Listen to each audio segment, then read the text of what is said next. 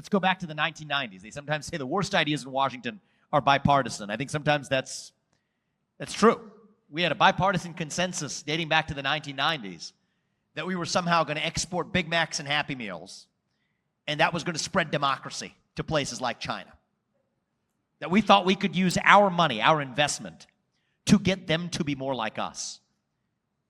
What they realized is that they could use their money, access to their market, to actually get us to be more like them. It's actually one step better than that for them. They used our money to get us to be more like them. And that's really what happened. It turned capitalism, in air quotes, it's not really capitalism, it's mercantilism, into a Trojan horse to undermine the United States from within, telling BlackRock or Nike or JP Morgan, hey, you have to come into the Chinese market if you praise the CCP and do our geopolitical bidding around the world. But we'll roll out the red carpet. We'll build a great Chinese wall and say you can't if you criticize the CCP, but we'll roll out the red carpet if you actually criticize the United States. If you're Chevron, apply those carbon emissions in the United States. But if you're BlackRock and you're voting for those same carbon emissions at Petro-China, show yourself the door. So that's the game that's been played for 30 years, and we are where we are. Now, the fact is, among other things, we're dependent on a tiny island nation off the southeast coast of China for our modern way of life, semiconductors. And the hard truth, now speak some hard truths, that's what this campaign's about, speaking the truth. We have no basis to be confident that we would win a naval war with China in the South China Sea because of disastrous policies dating back for the last 20 years. So this makes for the next job of the next U.S. president to be very difficult.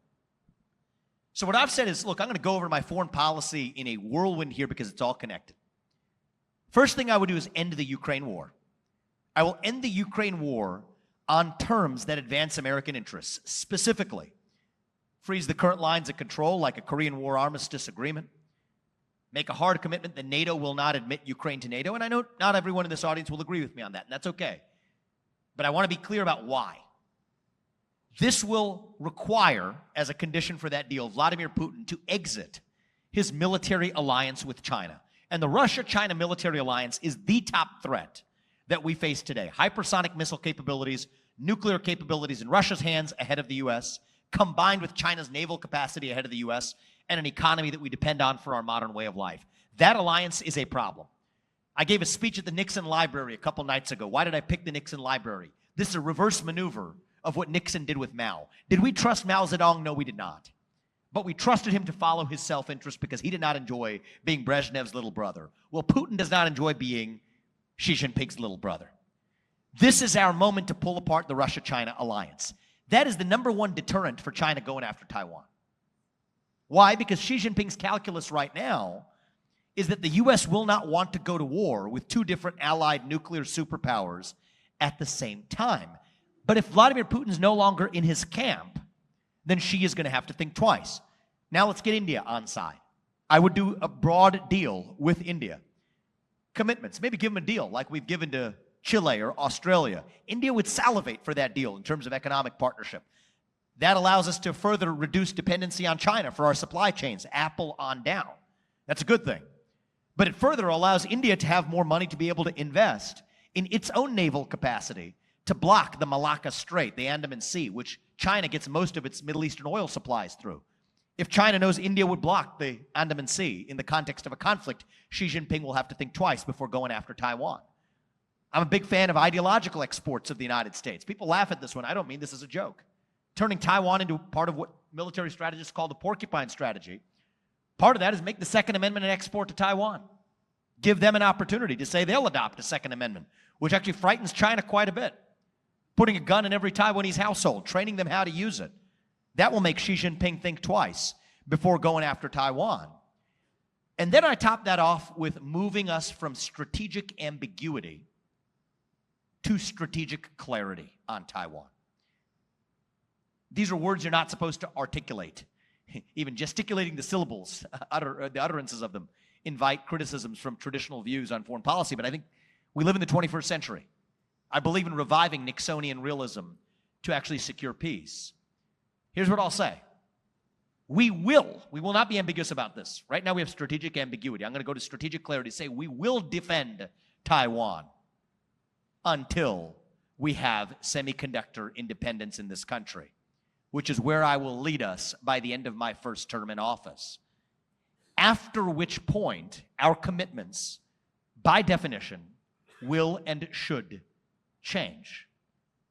Now, combined with all of that, Xi Jinping would have to be a fool to go after Taiwan before we've achieved semiconductor independence. Keep in mind, he has two motivations.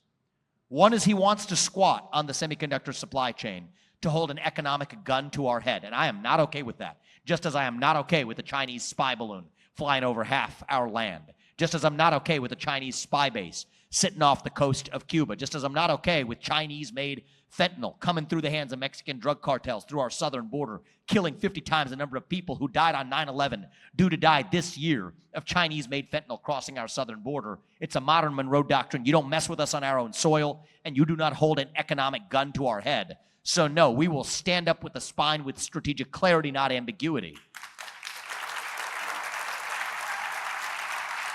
And I think that that is credible. That makes sense.